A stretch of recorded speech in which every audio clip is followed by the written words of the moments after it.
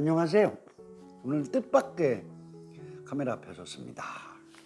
내 고향 공주시는 지금 선생님 성함이 오근수 선생님이 사전에 전혀 협의된 거 없이 무조건 찾아오셨어요.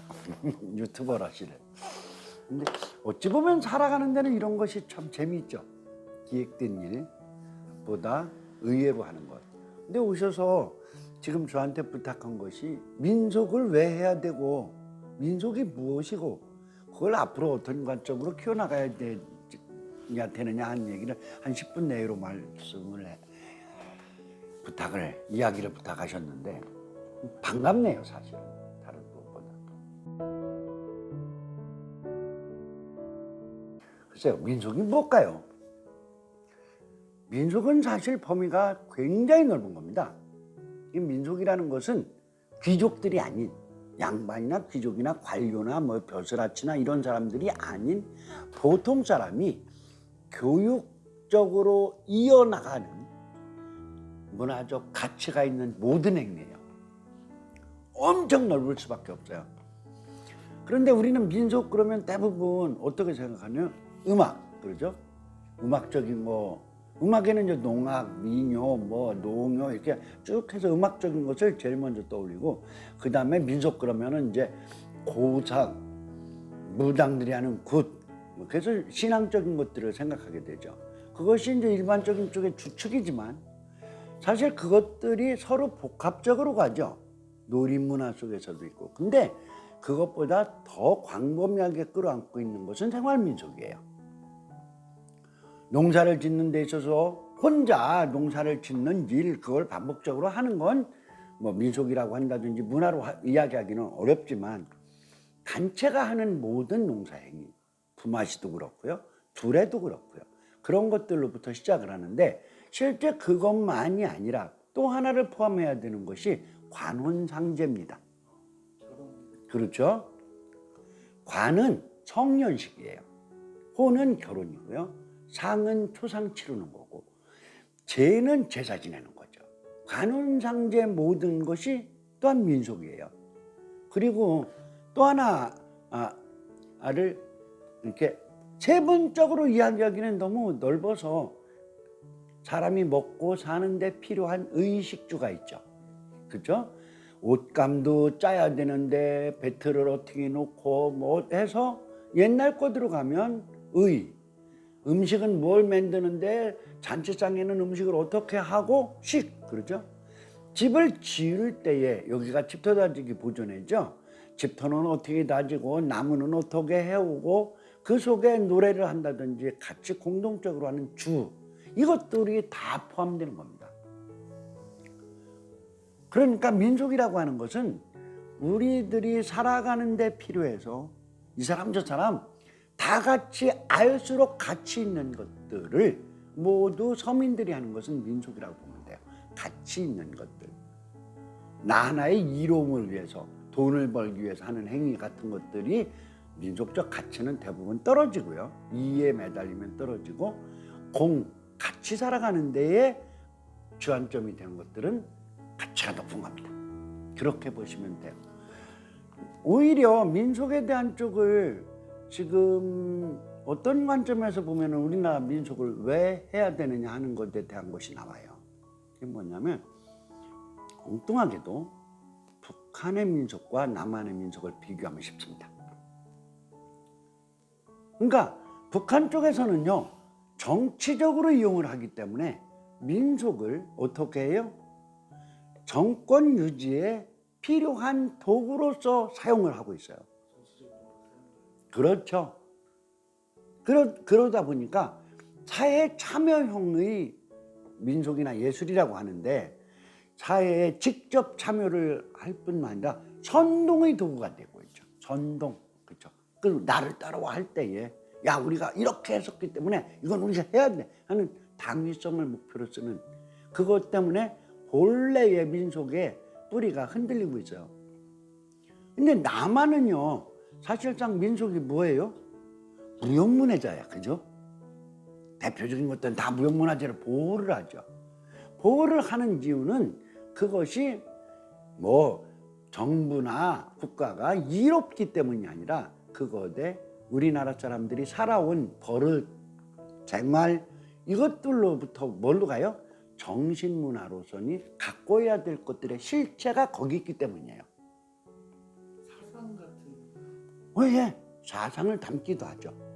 근데 그 사상이 어떤 목적을 가진 사상일 때는 떨어지는 거고 가치가. 그 대신 뭐예요? 다 같이 더불어 살자. 옛날 어지럽던 시절에 지금 소득의 10분의 1도 안 되는 소득을 갖고 살아간 사람들이 제일 중요한 정신은 나만 살아남자가 아니고 같이 살아남자예요. 그렇죠. 지금은 공동체 의식이라는 말을 쓰는데 옛날은 그렇게 표현할 것도 없고요. 내 새끼가 중요하면 다른 집 자손도 중요하다. 그것을 함께 살아갈 수 있는 덕목으로 묶어놓자. 그게 민속의 핵심 가치인지도 몰라요. 그래서 저는 민속을 굉장히 중요한 것으로 합니다.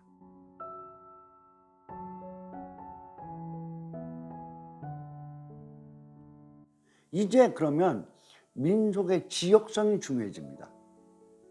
똑같이 집을 져요. 근데 서울 사람들과 충청도 사람들과 전라도 사람들과 제주도 사람들이 같을까요? 다를 수밖에 없어요.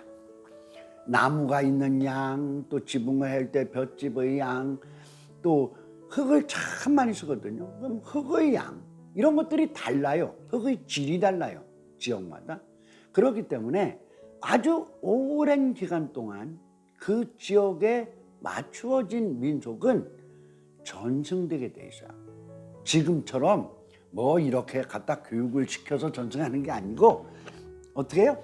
살면서 야, 이렇게 해야 편해, 이렇게 해야 효과적이야. 그거를 어른들이 경험적으로 알고 있기 때문에 그것들을 교육하는 거죠.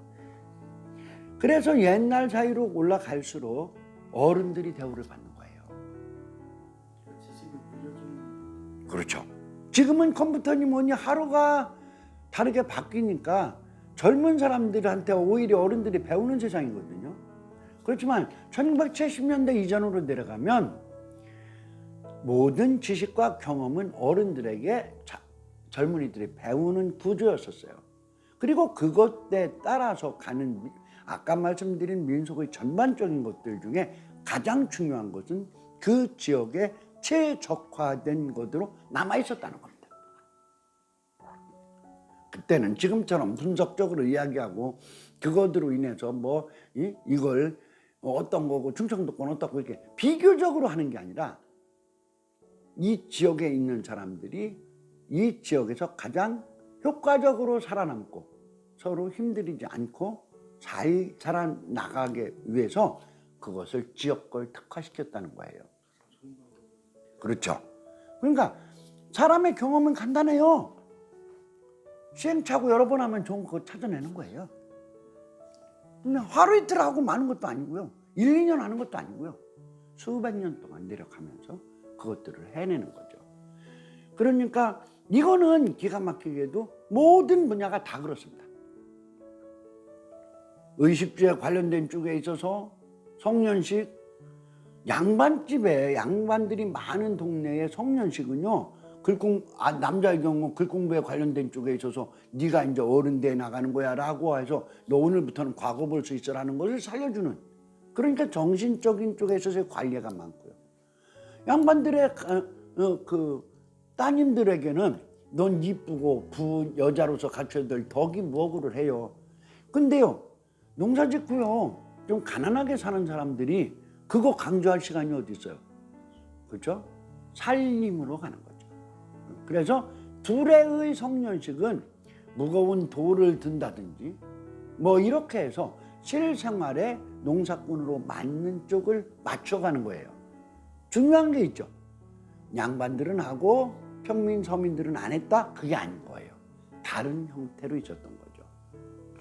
그리고 그거는 지역에 따라서 둘의 문화가 지역마다 차이가 있으니까 둘의 성년식 자체도 공주는 더군다나 공주의 흐름으로 볼 때도 공주 내에서도 계룡과 의당이 다르고 유구가 다르고 이렇게 지역적인 쪽에 비슷한 속에 조금씩 달라져요. 근데 이것도 모든 것이 그랬다고요. 사람이 죽었을 때에 상여가 나간다. 상여 소리 하는 법, 매는 법, 또 그 상여 소리 노랫말의 구성 이런 것들이 또 마을마다 지역마다 차이가 있어요.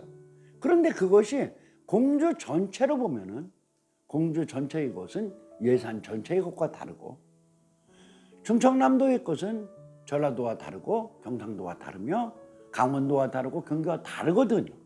그 다르다는 것이 가치이고 생명이에요. 그러니까 지금 그 정보가 공개돼서 막 가면서 하나가 유명해지면요 그 분야에 다른 것이 죽습니다. 농악에 있어서 사물놀이 안진반, 그죠? 그건요 전국적으로 똑같이 치거든요. 천재들이 만들어낸 현대 예술이 되어버렸잖아요. 근데 옛날의 농악은 마을마다 차이가 있었어요. 지역 간의 차이가 있고요. 지금 농악은 약간 기성화된. 그렇죠. 근데 그 기성화되지 않은 것들이 있겠죠. 그 지역밖에 안 하는 농악을 하는 사람들이 있겠죠. 그게 무형문화재 되는 겁니다. 오랜 시간 동안 그 지역만의 특색을 살려서 낸 거. 대학에서 배우는 농악으로 무형문화재 절대 못 받아요. 그건 대한민국 공통 쪽에서 우수 인정만 하는 거예요. 놀이의 모습, 연주의 가락, 그것이 더 뛰어난 것들이 대학에서 가르칩니다. 왜? 전국에서 있었던 좋은 것들을 별도로 모으기 때문이에요. 그래서 민족의 향토성이라고 하는 것은 다른 데 것과 다른 것을 많이 할수록 가치 있는 겁니다. 물론 당연히 그 중에서 가장 중요한 것은 뿌리는 뭐냐면 옛날부터 확실히 내려왔던 전통이 확인되는 것들로 꾸며놓으면 안 되는 거죠. 그래서 민족이 전체적인 덩어리에서 그렇게 큰 것이라면 반대로 볼 때에 지역의 중요성이라고 하는 것은 지역만의 숨결이 담겨져 있는 것이 가치 있는 것이다. 전국 공통으로 하는 게 가치 없다는 게 아니에요. 더욱 가치 있는 것은 공주 사람들은 공주의 민속을 중요시 여기는 힘이 있어야 된다는 거죠. 이렇게 봐서 마지막 숙제가 남아야 돼요. 그러면 옛날부터 내려온 원형의 민속만을 고집하면 안 된다는 겁니다. 민속이 예술로 있을 때의 가장 중요한 가치는 뭐냐면 현대적인 언어로 볼 때는 문화적 인자라는 거예요. 씨앗. 씨앗은요, 씨앗으로 있을 때는 가치가 없는 거예요. 땅에 심어서 키워서 다음 수확을 볼 때에 더 많은 수확을 볼 때에 씨앗의 가치가 있는 거죠. 그러죠? 그러니까 이런 겁니다. 옛날의 민속을 현대의 예술화할 때는 파격적인 변신을 포옹해야 돼요. 무형문화재로 관리를 하는 것은 원형이 변하면 안 됩니다. 그러나 그 무형문화재적 요소를 현대적인 쪽에 있어서 재창조를 아예 안 하면 죽어버리기가 쉬워요. 그렇죠. 네. 뭔가 바꿔서. 그런데 그것이 똑같은 것일지라도 현대적인 쪽에 뿌리를 둬서 더 현대 예술에 맞게 재창조를 한다면 그것은 폭발적인 부가가치, 돈벌이도 될 거라는 얘기입니다. 그래서 민속에 대해서 부탁드리고 싶은 것이라면 무형문화재의 민속을 보는 눈으로 모든 것들을 저건 옛날 것도 아니네, 너무 현대적이야 라고 폄하하지도 말고 반대로 무형문화재가 옛날 걸 그대로 하는 사람들의 모습을 보고 저거 너무 고리타분해, 뭐 어째 저렇게 촌스러워 이렇게 보지도 말아야 된다는 겁니다. 그래서 현대의 젊은이들은 오히려 제가 깜짝깜짝 놀랄 만큼 재창조의 폭이 좋아요. 그런데 그것이 안타깝게도 서울이나 이런 중앙 땅에서는 그런 것들이 많이 보이는데 지역에서는 잘 보이지 않는다는 것이 좀 안타깝죠.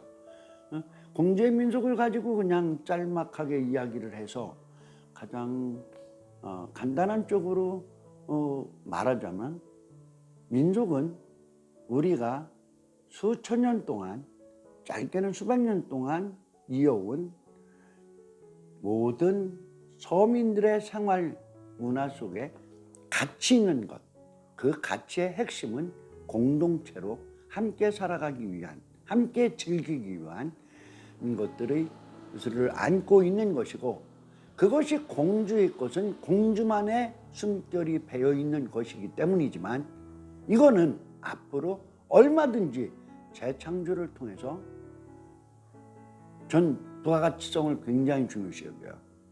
젊은 사람들이 돈벌이 안 되는데 이거 민속 왜 해요? 그리고 옛날처럼 이건 공주 거니까 이건 해야 돼 라고 말해야 되는 세상은 지금 아니라는 점이죠. 그래서 그런 쪽에 있어서는 장작이 더해진 젊은이들의 민속 행위를 좀 더 널리, 행위가 좀 더 널리 퍼져나가고 많은 작품이 나오는 세상을 기대합니다. 민속 이야기는 이 정도 하면 그냥 간단한 개론적인 이야기는 된 것 같네요. 네, 감사합니다.